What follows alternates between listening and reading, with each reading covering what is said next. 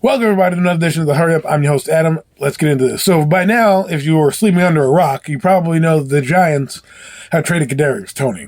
It's kind of interesting, a waste of a first-round pick, but hey, if we didn't get Kadarius Toney, we wouldn't have Evan Neal and Kayvon Thibodeaux. So, thank you for that, Kadarius Toney. Obviously, he was a malcontent or a guy who wasn't feeling that he could do more, wasn't allowed to do more, and didn't really fit in or mesh well with the coaching staff. So Joe Schoen and Brian Daboll decided to move on with him from the team, and they addressed the team to let him know, which I thought was an admirable thing, not necessarily something they had to do, but hey, they did it anyways, and that's good. Sometimes you want to know from your higher ups, hey, this is the direction we're going to go. We're just letting you know, right? So for me, I have no issues with it. It's a little disappointing. It's more disappointing than anything. It's not really like, I'm not really mad. I'm not really upset. Kadarius didn't really do much here, but it's just disappointing because another first round pick, in the Gettleman era has faltered. Now, many people have said he was a clown or not,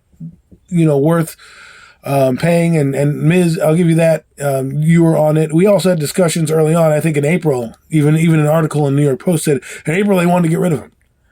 But Pat Leonard leaked it out that they wanted to trade him, and that kind of ruined their plans, and they had to keep him. And they probably were intending on getting rid of him at some point, hoping that he would get some yardage to up his trade value. The fact that they got a third-round pick and a sixth-round pick, a late third-round pick, very, very late, but a third-round pick and a sixth-round pick for a guy who didn't play much, pretty good deal in that regard. I know some people are upset because, it's a 20th overall pick that's gone. Yes, that is disappointing. But, who knows what you're going to do with those picks? Maybe they parlay them into Jerry Jeudy, who knows? Or Chase Claypool or any of those receivers. Or maybe they don't and they trade up in the draft and get somebody. You never know. You never know. You never know.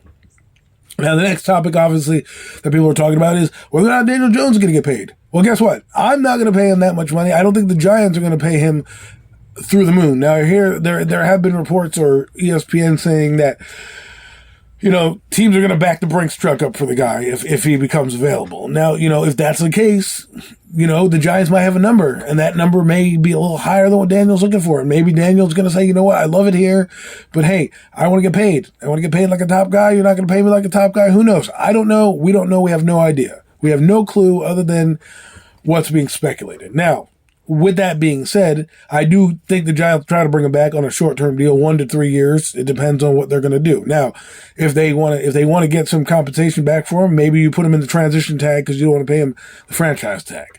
Because the franchise tag, you're going to look at the bag that Lamar Jackson's going to get. That guy's going to get a bag. That's going to kind of reset the market. Deshaun Watson has already reset the market in a bad way. I think Lamar Jackson is going to reset it in a different way. But what I really want to discuss is the fact that people keep thinking that, Daniel's going to be here. I think he's going to be here. I just don't know if the Giants are going to say, hey, listen, we're not going to forget about the last couple seasons that you played prior to this one good season. It's hard to give people money off of one good year. It really is. Especially since it hasn't been consistent throughout his career. He had a good rookie year, but there was the turnover issues, which made that year like, and then the 2 years prior to this, he wasn't that good. Now this year, he's fitting within the system. He's doing well. He's doing what they're asked. There's a lot of metrics out there about how he's, this elite player, and good for those stats, and good for Daniel for getting some recognition. Do I think he's the long-term answer? I don't think he is. That's just me. And I should be able and entitled to have my opinion. That's what I should. I think a lot of people want to throw that opinion down the wayside. Well, he's doing great now and blah, blah, blah. You're wrong, bro. He's going to be here 10 years, blah, blah, blah, blah, blah. I'm looking at it like this. I was on a podcast the other day talking about Kadarius Toney and some of the things that came up, and we were talking about finances, right? The reason why you would get a guy like Jerry Jeudy in a trade, is because financially he's cheap for now, right? So if you want to pay Daniel Jones and Saquon Barkley, you go after a guy like Jerry Jeudy who you don't have to pay. If you pay a receiver, you're probably not going to pay Daniel Jones and Barkley both. So there is the issue that is coming in. Right now, the highest paid guy on the Giants is Kenny Golladay. That changes next season. And a lot of other people get paid higher. And your salary cap works with the top 53 salaries on your roster. So everybody that, you need to pay, Love, Ward, a few of these other guys that you think you want to pay, their salaries now go up because of the time they've accumulated in the NFL. So you're not going to get them on a cheaper deal. You're going to have to dig deeper into the pockets, which means your pool of money is going to go slower and slower down. So those are the type of things that Joe Schoen will have to juggle with. Now, he also is from Buffalo, and you can see, and this is why I love Joe Schoen, you can see what he has done. Gettleman probably keeps Kadarius Toney because of just pride. Oh, well, I'm not going to let my draft pick go. This guy has no loyalty to Kadarius, so he gets rid of him. So you're starting to see the mindset of what a modern era GM is going to do and coach. Now, with that being said, there's a plethora of quarterbacks that are going to be draft eligible coming out this year. Coming out a lot. Probably the biggest class in the next 2 years we're going to see. These next 2 years, a lot of quarterbacks are coming out. A lot of different players, but mostly quarterbacks because of the COVID year. A lot of them stayed back. So if they decide they want to get a guy like a Cam, the guy from Washington State, or the kid from Florida State, Anthony Richardson, they deem him better. Here's wherein lies the issue. Okay, people are like, well, no cornerback's better than Daniel Jones is better than any rookie cornerback out there. Of course he is. He should be. He's been in the league 4 years. That's not how you look at a player. There's players that are drafted in the NFL that people already have receivers or assets already there.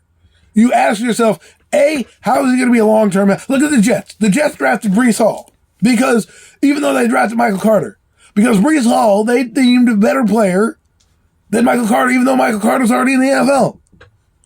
Right? Lamar Jackson was drafted even though they had Joe Flacco. Patrick Mahomes was drafted even though they had Alex Smith. The thing is this, when you're evaluating a player, if he is better than said player coming out, so if Anthony Richardson and, the kid from Washington State and the Herndon kid from Tennessee, if they are better prospects, even Will Levis, if they are better prospects coming out than Daniel Jones, then you make the pick because financially, you're not going to have to pay that guy, especially deeper on in the draft. His salary becomes this big, right? As opposed to being in the top 10's a little bigger, and that money gets bigger. So it makes sense if you wanted to do that. Now, do they have to? Not necessarily. Is it a good problem to have where you have a quarterback that's playing all right? Yeah.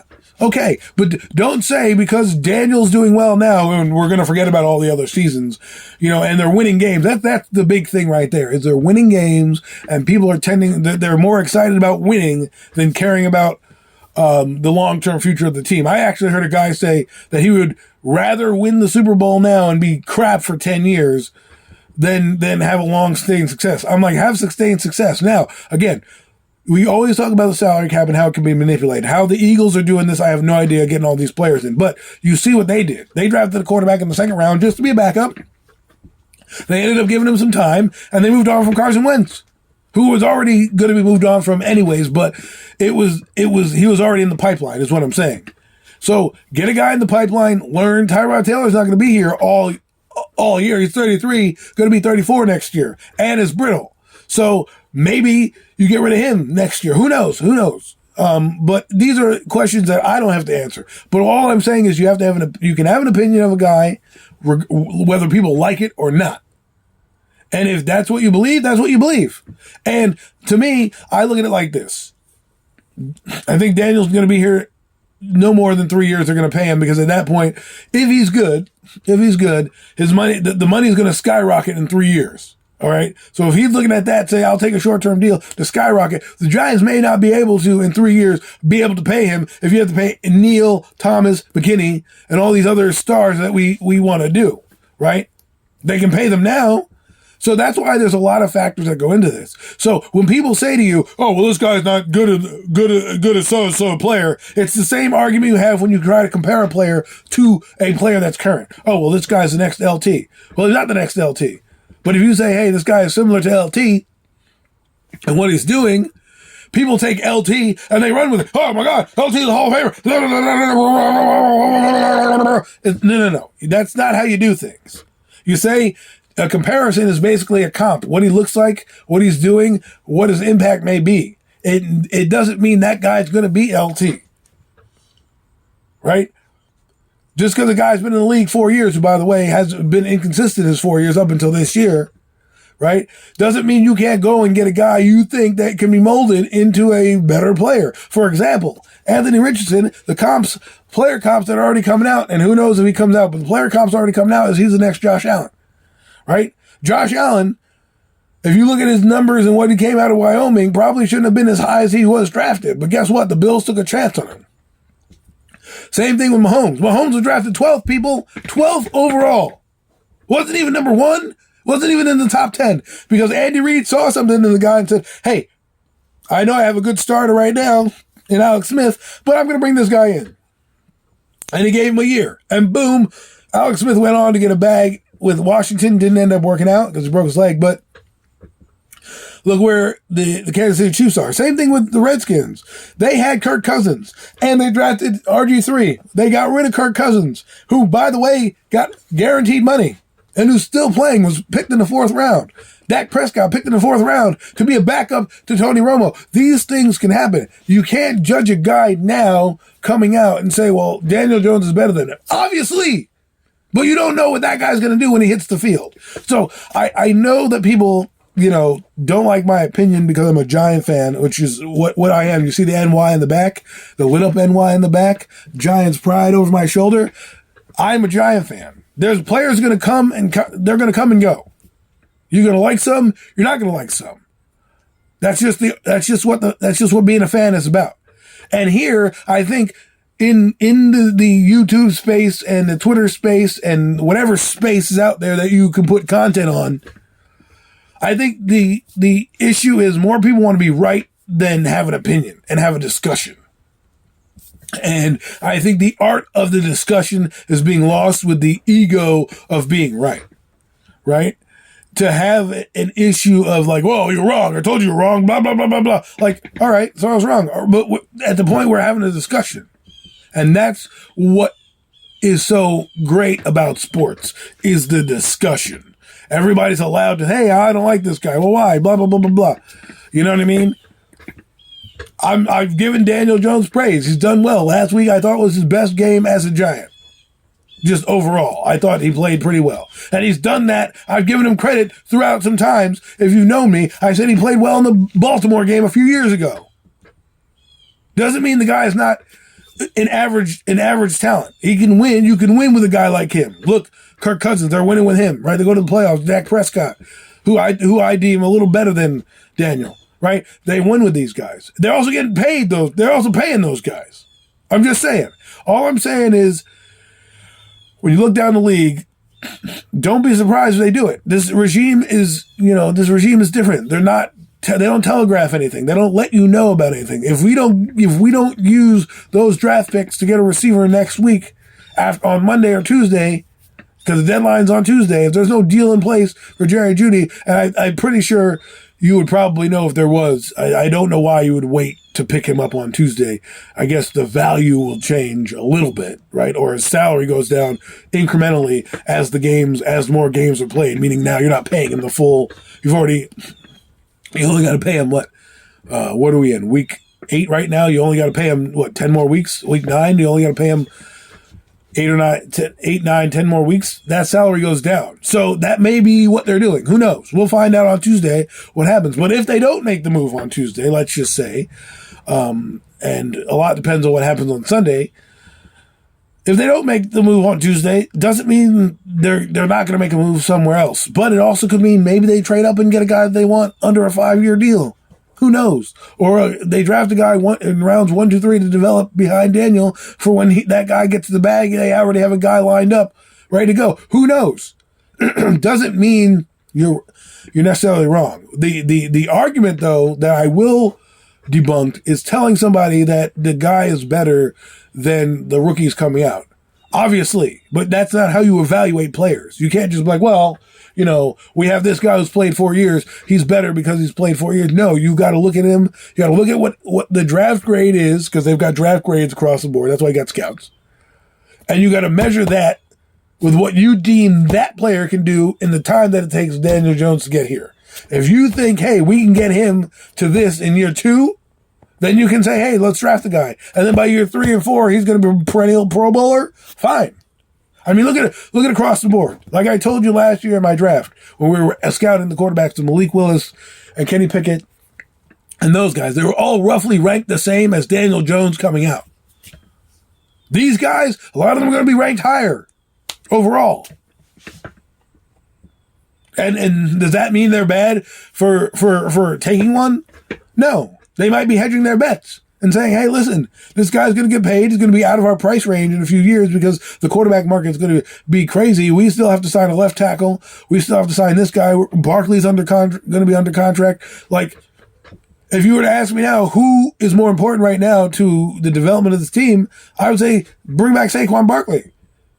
Because I think you can get the same production out of a quarterback that's decent. I do believe that. I know people are going to be like, oh, yeah, he's a rookie.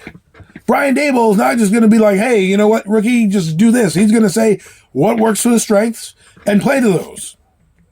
Look at Justin Fields. He's improving in this new offense. Second year. People are like, oh, wow, he's improving. Again, a guy that is working on the strengths. Doesn't mean anything more than that. And who knows what Justin Fields' career is going to end up being. You know, we have no idea. Maybe he goes to the Hall of Fame. Maybe he doesn't. Maybe he has a better career than Daniel. Who knows? We don't know. And you'll never know until they get here. Right now, you can only see what you see, and people tend to want to forget those past seasons. And I'm saying, let's let it play out. Let's see what they give him. You know, finances are a big thing. You don't want to drop all this money in a guy and then not be able to sign Andrew Thomas, because if Andrew Thomas walks out the door,